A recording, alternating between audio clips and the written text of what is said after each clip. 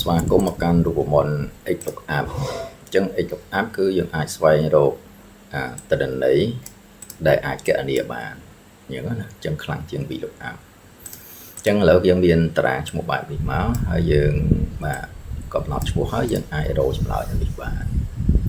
តោះអញ្ចឹងទី1យើងស្មើបាទ X lookup value យើងselect លើ cell name នេះ comma មួយមកarray អញ្ចឹង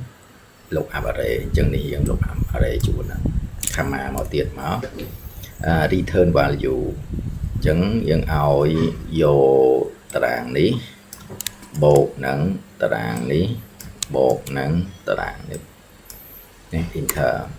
អញ្ចឹងអត់តន់និយាយឈ្មោះអញ្ចឹង NA ឥឡូវឧទាហរណ៍គ្រូវាយ stop អញ្ចឹង266អញ្ចឹងយើងសាកបូកមក30បូក3នេះចូលគ្នាណា267នេះ267ដូចគ្នាអញ្ចឹងឥឡូវ